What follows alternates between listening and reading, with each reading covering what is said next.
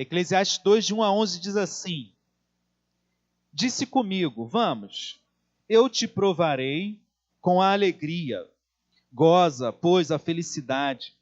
Mas também isso era vaidade.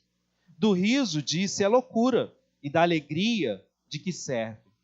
Resolvi no meu coração dar-me ao vinho, regendo-me, contudo, pela sabedoria, e entregar-me à loucura, até ver o que melhor seria que fizessem os filhos dos homens debaixo do céu, durante os poucos dias da sua vida.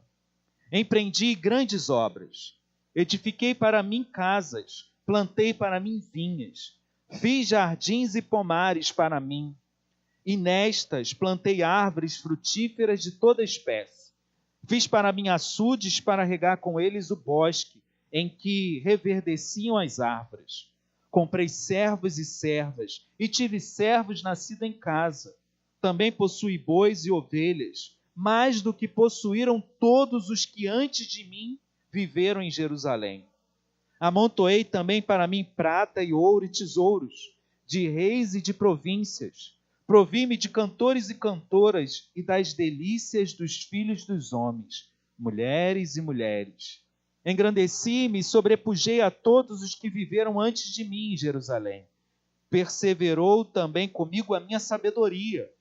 Tudo quanto desejaram os meus olhos, não lhes neguei.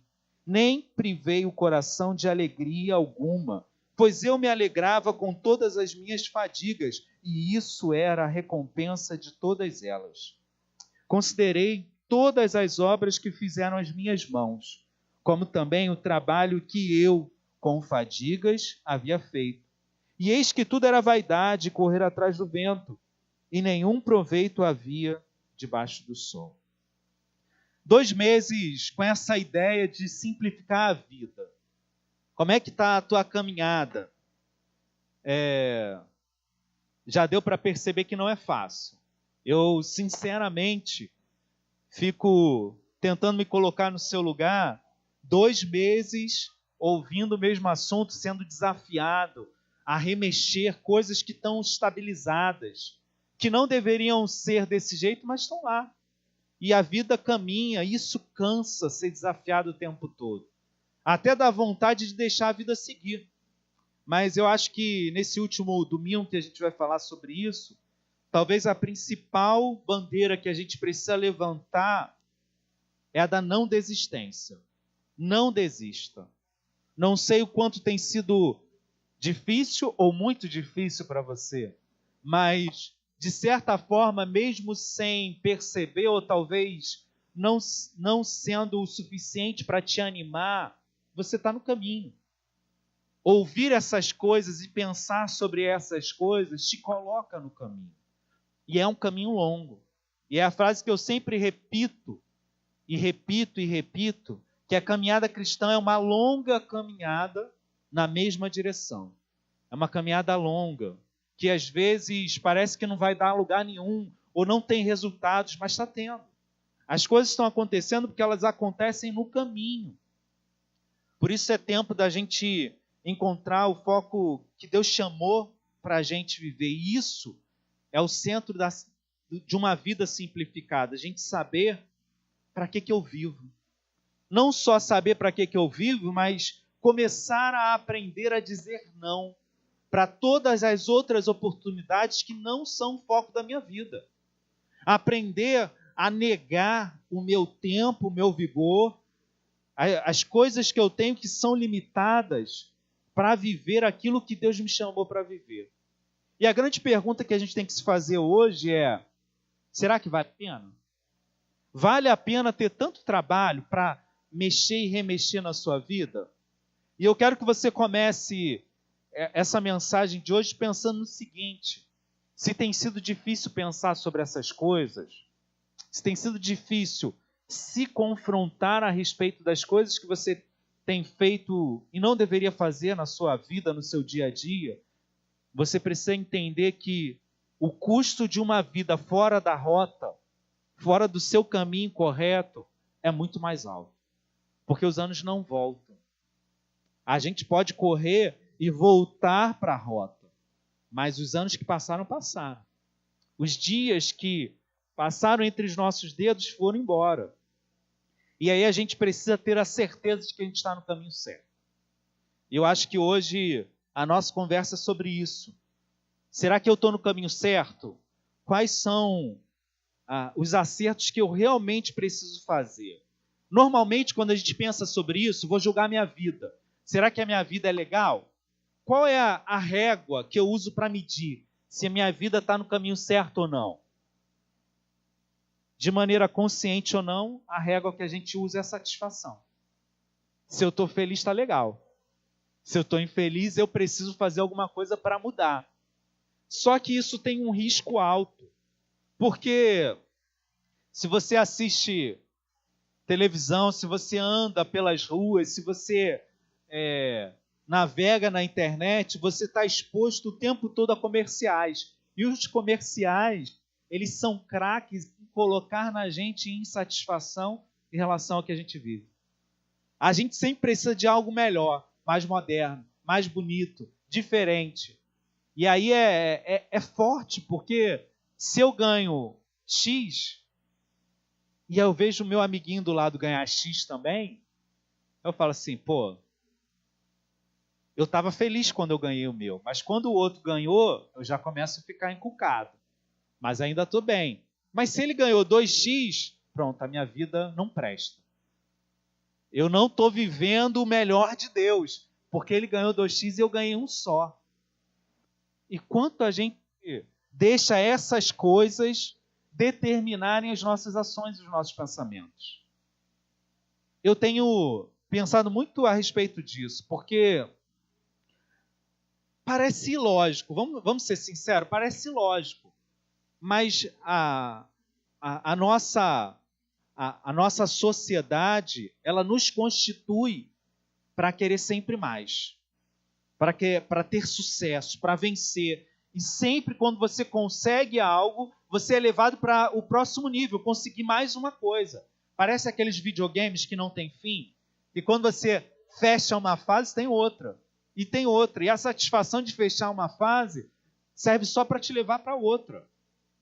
E a vida tem sido assim para a gente. Eu quero te lembrar de algo muito importante, que é essa insatisfação. Se você parar para pensar, por exemplo, no seu casamento, você está satisfeito com a sua família, com os dias que você vive, com o seu trabalho? Você está satisfeito com o carro que você tem, com o lugar onde você mora, com as roupas que você veste? Eu duvido que alguém estabeleça uma satisfação alta. No máximo, você está estável. Até passar na próxima vitrine, até perceber outra pessoa que tem algo melhor, e a insatisfação recomeça dentro da gente.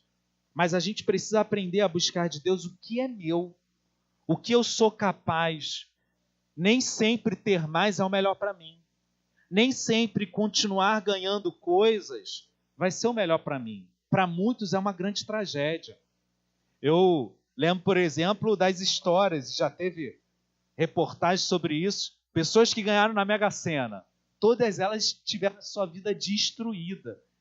A maioria terminou com menos dinheiro do que quando ganhou o prêmio. E com um monte de pessoas machucadas no caminho, inclusive ele. Ter dinheiro é o melhor? A gente acha que sim, mas será que é? Eu acho que uma coisa a gente precisa lembrar, que essa insatisfação é muito mais profunda. E eu lembro lá de Gênesis capítulo 3, verso 1, quando começou essa insatisfação. Adão e Eva viviam satisfeitíssimos no jardim do Éden. Eles tinham tudo à sua disposição. Até que alguém chega e pergunta, e aí? Você tem tudo mesmo? Você pode comer de tudo? Por que você não come daquela árvore ali? Até então o texto dá a entender que nem era uma preocupação para eles. Até que alguém jogue no coração deles a pergunta, e a pergunta da serpente foi assim: é assim que Deus disse? Não comereis de toda a árvore do jardim. Aí a Eva responde, não, peraí, é só uma que eu não posso comer.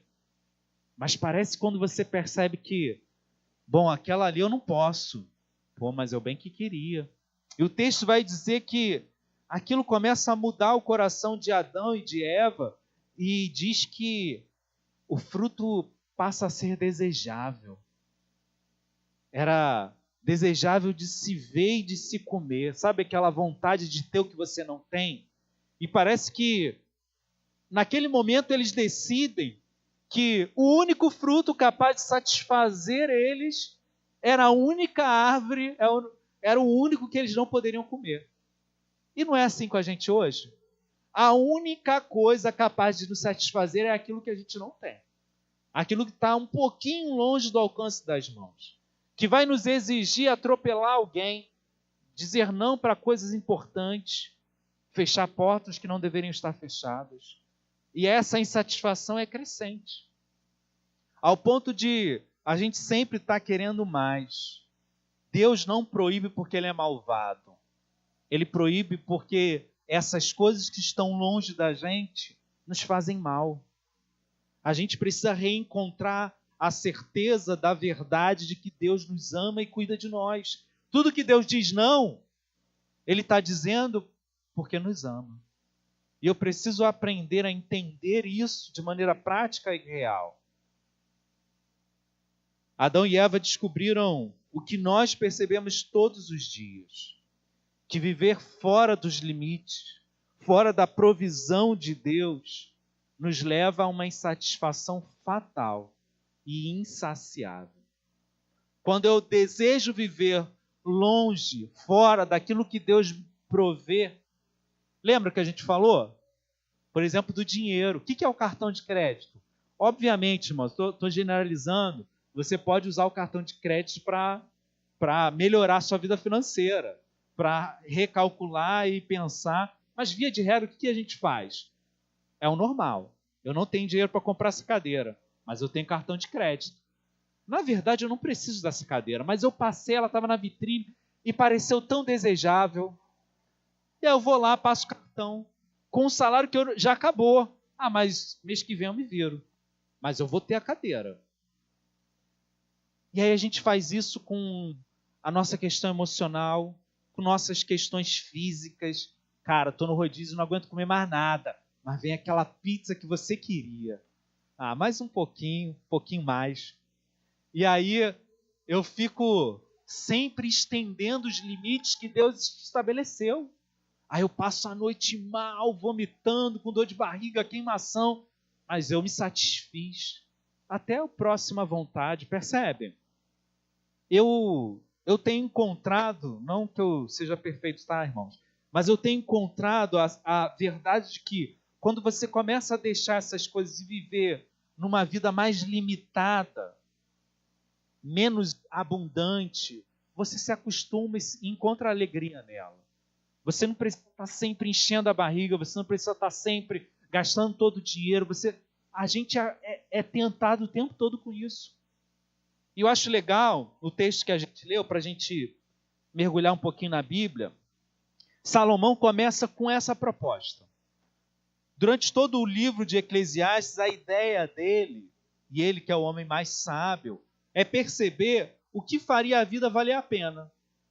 Quando eu pego e olho para a minha vida, o que vale a pena? Ler Eclesiastes com um coração, com uma mente aberta, é perturbador. Porque as reflexões que Salomão vai trazer para a gente quase parecem obscuras demais. Por exemplo, quando ele vira e fala assim, cara, é tudo vaidade, é correr atrás do vento. Aí tu fala assim, bom, acabou, então, para que eu vou viver? É claro que no final ele vai fechar. Não, olha, o que você pode fazer é ter responsabilidade nos seus atos, viver para conhecer Deus e gastar daquilo que o seu trabalho rende, aproveitar aquilo que Deus coloca na sua mão. Mas ele, o tempo todo, vai testar a vida para ter certeza disso. E eu acho legal a gente ler Eclesiastes porque é alguém que passou dos limites em várias áreas porque podia. Ele era o homem mais sábio, ele era o rei, ele era o homem mais rico. Então, diz o texto que a gente leu, diz assim o verso 1, disse comigo, vamos, eu te provarei com alegria. Ele está falando da vida dele. Eu vou ter alegria, eu vou buscar a alegria. Goza, pois a felicidade. Mas também isso era vaidade. Verso 2 e 3 ele fala: do riso disse, é loucura, e da alegria, de que serve? Resolvi no meu coração dar-me ao vinho, regendo-me contudo pela sabedoria. Eu vou encher a cara, eu vou festejar, eu vou aproveitar. E ele continua, e entregar-me à loucura. A Bíblia está dizendo isso. Salomão decidiu se entregar à loucura. Eu vou fazer o que der na telha, até ver o que melhor seria que fizessem os filhos dos homens, debaixo do céu, durante os poucos dias da sua vida. Essa é a pesquisa dele. E eu fico pensando, quantos de nós, em algum momento da nossa vida, a gente faz uma pesquisa dessa, não é? A gente sabe que Deus disse não. A gente sabe que tem um limite claro, mas fala assim, vou testar. Para mim, a felicidade está do outro lado dessa cerca. Eu quero ir. E aí a travessia da cerca é um pouquinho mais difícil, mas você vai. Só para perceber que a experiência foi boa para te ensinar o que não é bom. Que se você se mantivesse talvez nos limites que Deus estabelece no seu próprio coração, a vida seria muito mais simples e feliz. Salomão vai falar que ele tentou de tudo. Por exemplo, ele vai trabalhar com a ideia da fama, de uma vida que prossegue. Então, eu quero ser famoso, eu quero ter o meu nome escrito, eu quero que as pessoas lembrem de mim. Ele vai falar, olha, a gente morre e tudo fica por aí. Não adianta nada. Você vai morrer e não vai sobrar nada para você.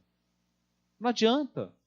As pessoas daqui a alguns anos já esquecem que você existiu. Então, viver muito ou pouco não é a garantia de fazer a vida valer a pena. Ele se aplica, por exemplo, ao conhecimento, a ter sabedoria. Ele vai buscar realmente conhecer e ser alguém instruído. Verso 16 do capítulo 1, por exemplo, diz assim: disse comigo, eis que me engrandeci e sobrepujei em sabedoria a todos os que antes de mim existiam em Jerusalém. Com efeito, o meu coração tem tido larga experiência da sabedoria e do conhecimento. Verso 17. Apliquei o coração a conhecer a sabedoria e a saber o que é loucura e o que é estutícia. E vim a saber que também isto é correr atrás do vento. Conhecer, ler livros, aprender coisas é ruim? Não, não é ruim. O que Salomão vai dizer em essência é que existem muitas coisas boas, mas nenhuma delas podem estar no centro da sua vida. Ser aquilo que te conduz, aquilo que preenche o vazio que pulsa dentro de todos nós. E ele vai seguir no capítulo 2 que a gente leu, ele vai falar sobre o prazer, sobre o vinho, a loucura, como a gente leu. Ele vai falar sobre os trabalhos e as realizações, o quanto ele construiu coisas, o quanto ele fez coisas. Mas tudo isso ele fala, olha, não adianta. Quem sabe talvez se eu usar meu trabalho para ter dinheiro, como uma ferramenta para ser mais rico. E mais uma vez ele fala, até ter dinheiro, eu sou mais rico que já passou por Jerusalém. E nada disso preencheu. Quantas vezes a gente faz isso na nossa vida? A gente vai buscar no trabalho, vai buscar no prazer, seja um vício, seja o álcool, seja a alegria de comer, de se satisfazer com outras coisas. Todas essas coisas a gente acaba buscando, por exemplo, quando a gente está em baixa. Quando a gente anda momentos muito desanimados, quando as coisas não estão dando certo. A gente vai buscar exageros para tentar equilibrar, satisfazer um coração faminto. E ele vai falar, olha, tudo isso é vaidade, é correr atrás do vento. E ele continua a sua busca. Ele fala que ele vai buscar mulheres, só para você ter uma ideia. Salomão, ele tinha 700 princesas e 300 concubinas. Ele fala, cara, isso também é vaidade. Isso não satisfez o meu coração.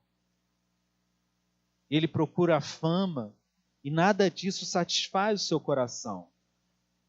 Eu não sei o que você pensa a respeito quando você ouve essas coisas.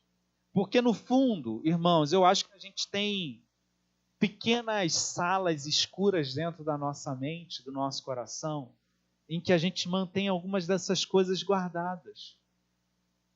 Talvez a gente leve muito a sério a conquista delas e sinta o preço disso, a conta chegar, a gente se afaste da nossa família, a gente se isole, não tem amigos, a gente vai se afastando de Deus, da comunidade de fé. Ou talvez, às vezes, é uma sala tão fechada que só a minha mente conhece. Quando eu deito a cabeça lá no travesseiro, eu vou entrar nessa sala. Eu vou me satisfazer, pelo menos dentro da minha mente, desses desejos.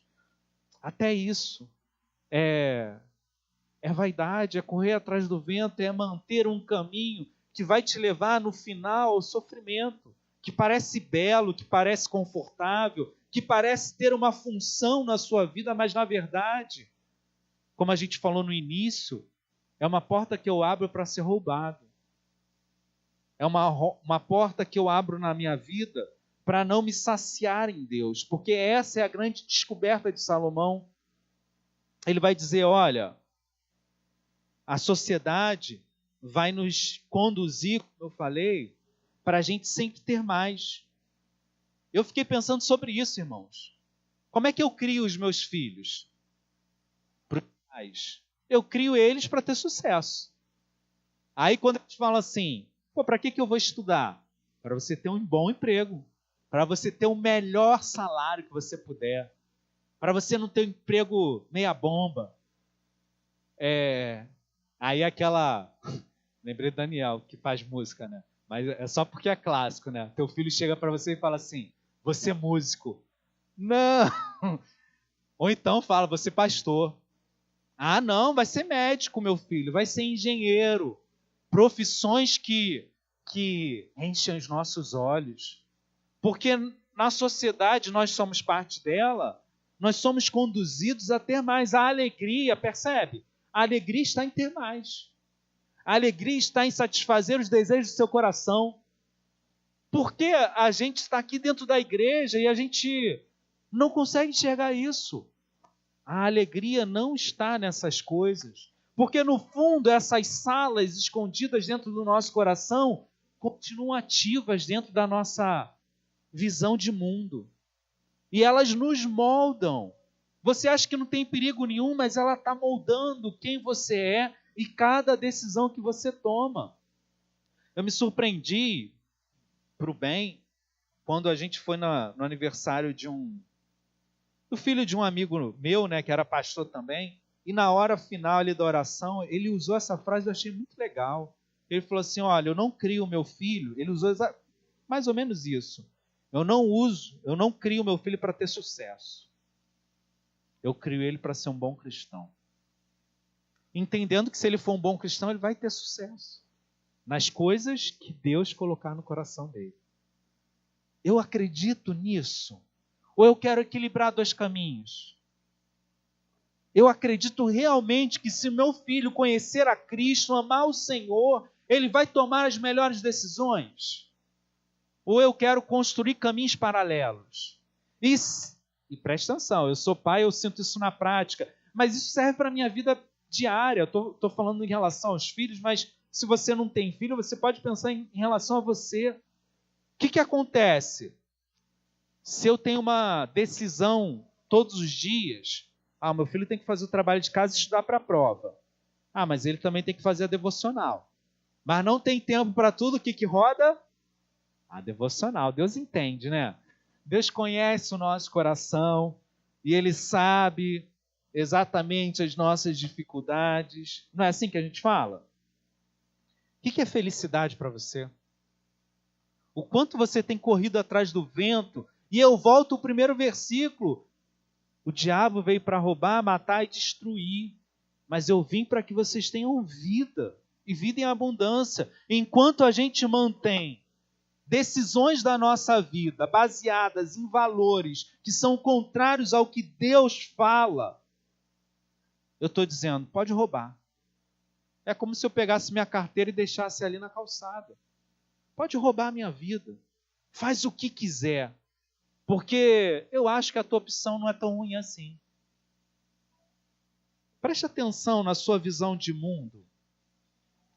Porque essa verdade, ela está impressa nas nossas decisões. Quer ver outro exemplo? Às vezes eu estou entulhado de trabalho.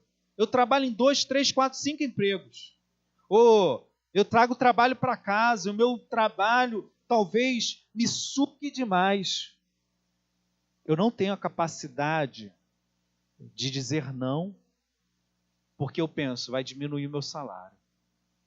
E aí eu continuo me arrebentando, eu continuo extrapolando os meus limites emocionais e físicos, continuo não tendo tempo para Deus, continuo não tendo tempo para aquilo que é importante, mas eu não tenho a coragem de falar não, porque os meus valores são esses.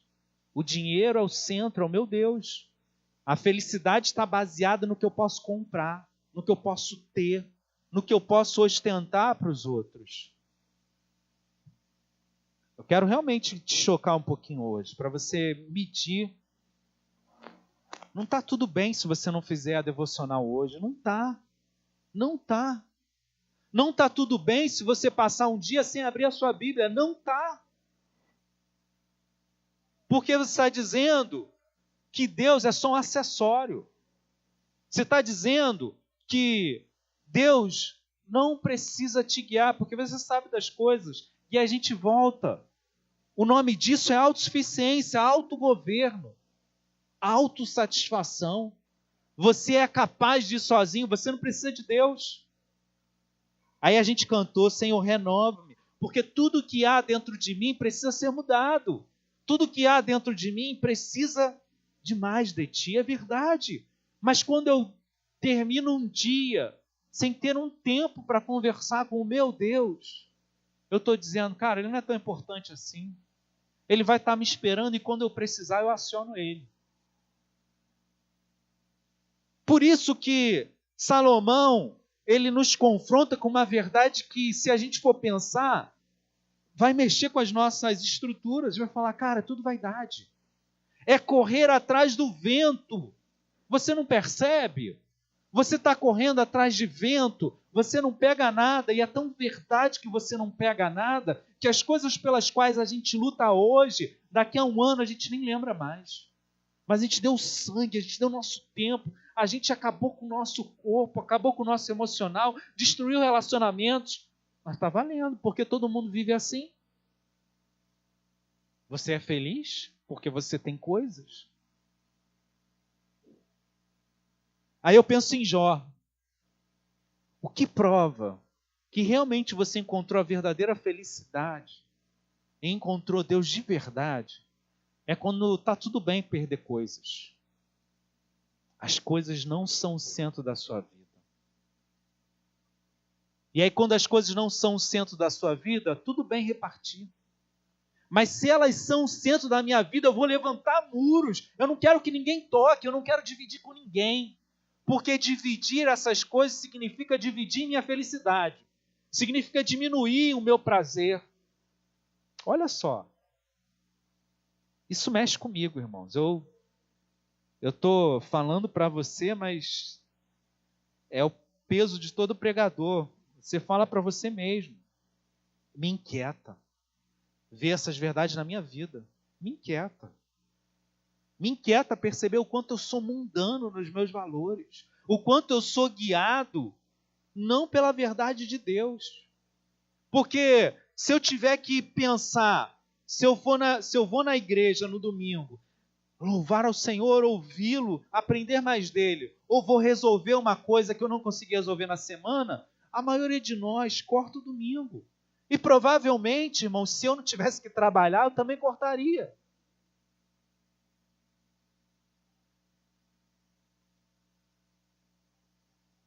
É a mãe que... Não sei se eu já contei essa piada aqui, acho que eu já contei. A mãe chama o filho no domingo, vamos, filho. Você tem que ir para a igreja. Ah, mãe, eu quero dormir. Não pode dormir, vamos, você tem que ir para a igreja.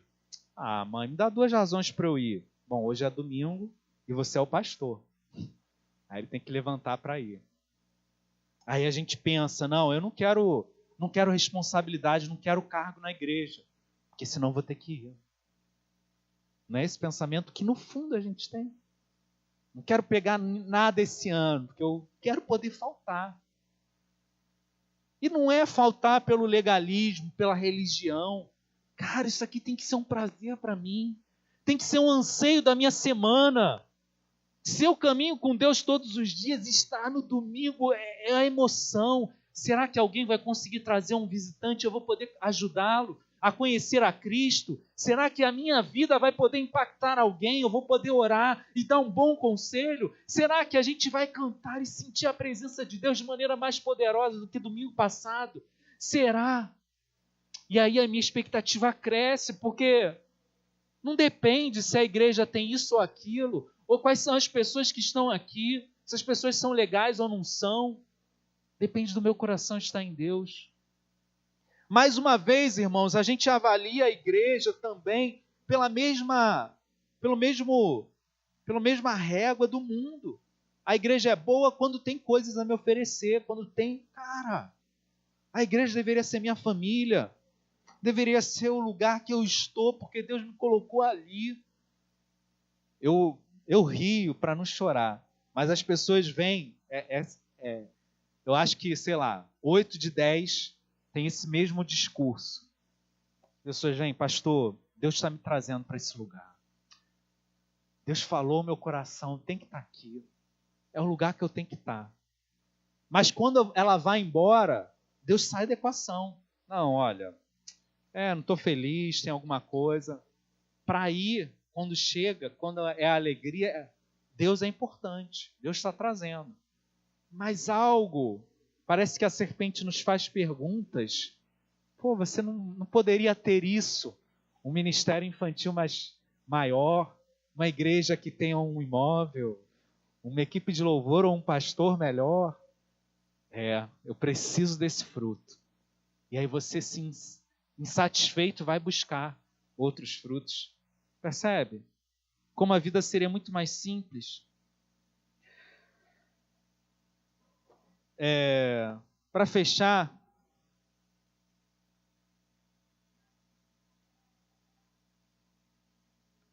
eu acho que isso tudo se torna mais palpável quando você pensa no final da sua carreira, da sua jornada.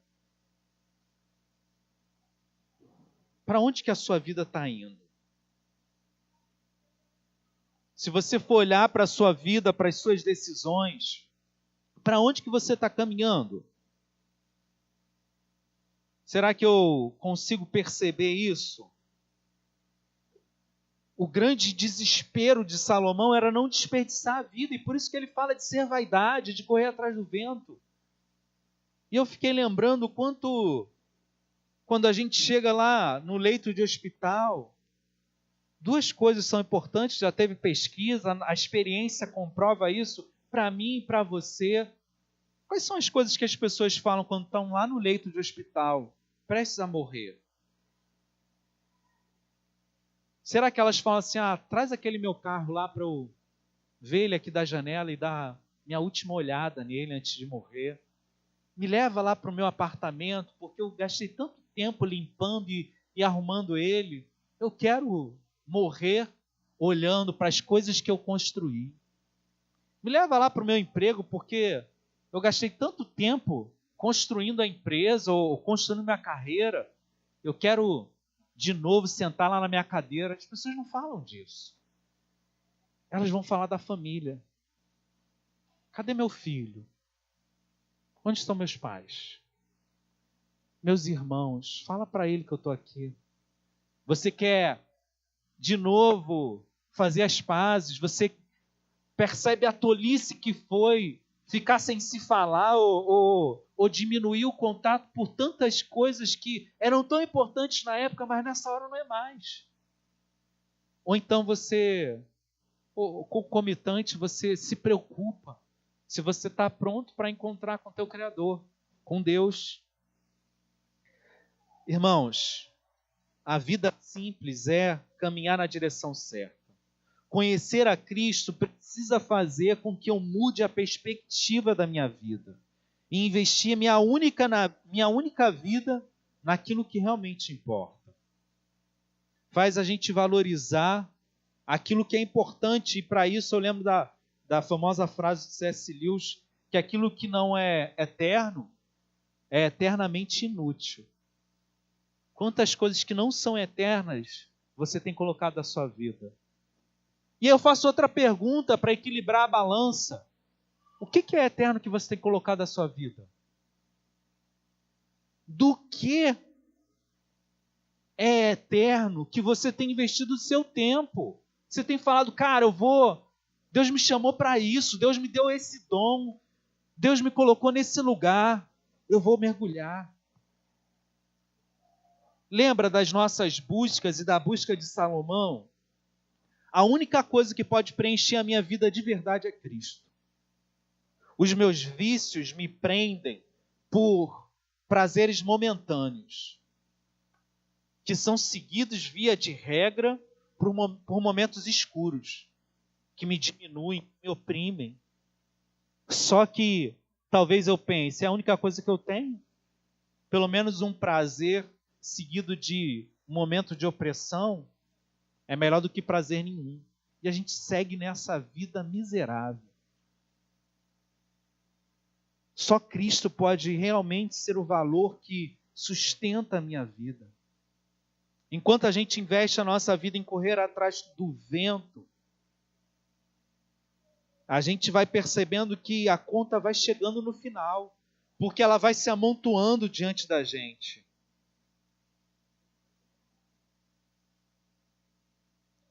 E correr atrás do vento anestesia o nosso coração. Faz com que a gente ache que está tudo bem. Como eu falei, a gente está há tanto tempo sendo roubado que a gente nem sabe como a nossa vida poderia ser diferente. E aí sabe o que acontece, irmãos? Eu tenho medo de ouvir Deus e bancar. Eu prefiro viver uma vida miserável a partir do meu conhecimento, das minhas escolhas, do que entrar na lógica de Deus, que parece tão contrária à lógica da sociedade, e me arriscar. Hoje é dia da gente se arriscar. Hoje é tempo da gente encarar essas coisas e viver nossos novos dias. A música fala uma coisa que eu acho tão legal. A gente falou semana passada e nos outros dias. O que você faria se você passasse uma semana sem teu celular? Quanto tempo você teria para outras coisas que são melhores? Eu, como qualquer pessoa, também sou viciado, irmãos. Eu sento, a gente almoça todo dia juntos. Eu sento no almoço com o celular do lado e minha mão fica assim, ó. Aí eu lembro que a gente está em família. Mas às vezes eu sucumbo. E talvez a gente tenha que estabelecer essa regra. Áreas livres das redes sociais. E não tem esse nome redes à toa, tá? A gente realmente é pego na rede. Encontre áreas livres dessas coisas. Talvez seja incômodo e seja ainda difícil você encarar as pessoas que moram dentro da sua casa sem o celular na mão, não é assim? Quando o clima fica chato, você pega o celular. Você está na festa, ninguém está falando com você? Celular. Você está no ônibus, na fila, você não conhece ninguém? Celular. Mas, e se não tivesse celular? E se você fosse obrigado a conversar com as pessoas? A gente precisa criar regras sérias e intransigentes, em que a gente não vai mexer no celular. Momentos na nossa casa, por exemplo, desde que a gente casou, a gente estabeleceu algo que para mim era muito incômodo. Porque eu dormia meia-noite, 1h. A Jéssica sempre foi de dormir cedo, mas a gente sempre estabeleceu, vamos deitar juntos. E talvez estabelecer que o celular não entra na cama É uma boa regra também, porque obriga você a conversar, a botar o papo em dia, a criar parcerias, a criar projetos e planos juntos. Percebe o quanto a gente está vendendo a preço de banana as coisas mais importantes da nossa vida? Alivia a bagagem do seu coração, deixando essas coisas de lado. Eu já falei isso, mas a palavra se render, eu acho que é legal por causa disso. Talvez algumas pessoas, talvez o seu marido, a sua esposa, seu pai, sua mãe, seus filhos, tenham causado dores a você, rancor, raiva, ciúme, inveja e tantos sentimentos ruins que a gente não vai ser recompensado por eles. É melhor jogar fora. É melhor falar assim, tá bom, perdi. Vamos recomeçar? Vamos sorrir de novo? Vamos conversar de novo? Vamos sonhar junto de novo? Vamos ser uma família de novo? Irmãos, eu estou dizendo isso, só estou dizendo, e eu quero que você entenda isso de maneira muito clara, porque a gente não faz. Não adianta fingir que faz. Aí você olha para o lado, fala assim, pô, eu sou o único que não faço. Eu fico rindo. Só eu que não faço, caraca, ainda bem que o pessoal não sabe. Cara, alguns acertam numa coisa e erram em 10. Só que a gente é craque demais em mostrar o nosso melhor rosto. Eu mandei para a Jéssica esses dias. Não se preocupe, todas as outras mães estão surtando também. Só que elas disfarçam bem. E mãe tem esse peso, né? Poxa, quanto a outra dá conta e eu não dou. E a gente vive com esse peso. Quando a gente senta na mesa e fala, cara, não tô conseguindo, me ajuda. Vamos sentar como família, me ajuda aqui. Olha, isso aqui eu queria mudar, mas não estou dando. Será que a gente pode fazer diferente? Pô, isso que você faz me machuca. Pô, isso que você faz mexe comigo. Vamos tentar melhorar. Enquanto a gente levanta as máscaras para fingir que está tudo bem e luta sozinho para vencer os vícios e problemas que há anos a gente luta sozinho e não vence, a gente continua refém do diabo. E não é papo de igreja pentecostal não, irmãos. O diabo é real. Ele nos aprisiona, ele nos mata, ele nos destrói. E a gente abre áreas imensas da nossa vida para ele fazer uma festa, porque a gente não é capaz de se render a Deus. Mas o nosso castelo forte, o nosso quartel-general é o nosso lar. A gente precisa ser mais sinceros uns para os outros. A gente precisa andar juntos, ainda que mais devagar. A gente precisa lutar novamente por aquilo que é importante. A comunidade cristã é outro lugar, irmãos. O quanto a gente transformou isso no auditório, e eu bato nessa tecla. Convide alguém para almoçar na sua família, na sua casa.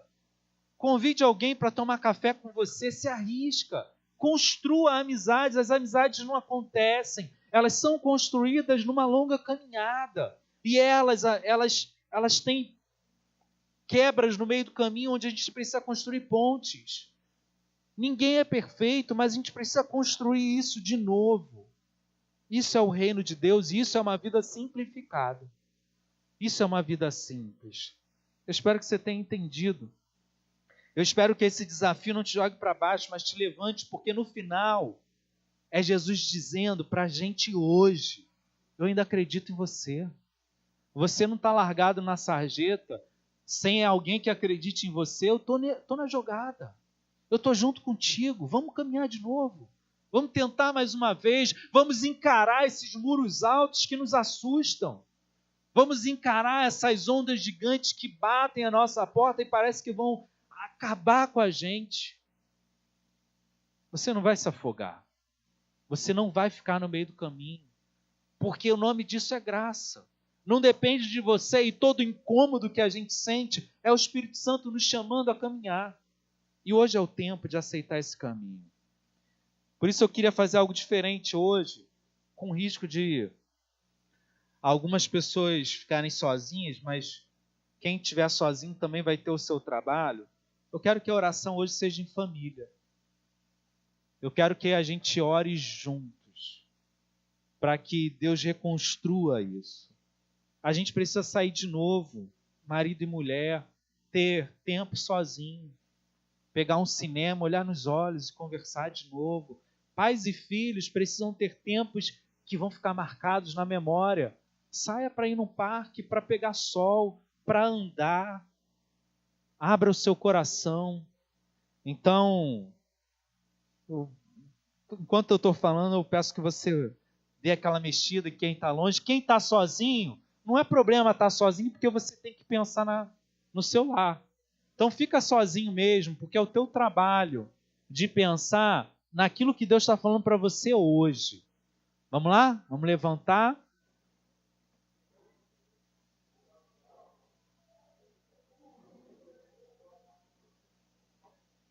Só uma dica, irmãos, para não ser um tempo só de conversa e que a gente esqueça. Quero a atenção de todo mundo aqui rapidinho, ó. Para rapidinho.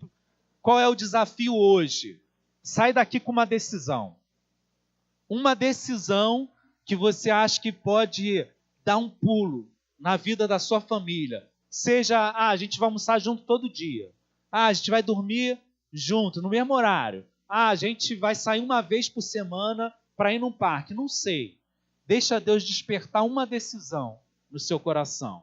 E as crianças têm voz também, tá? Deixa elas falarem.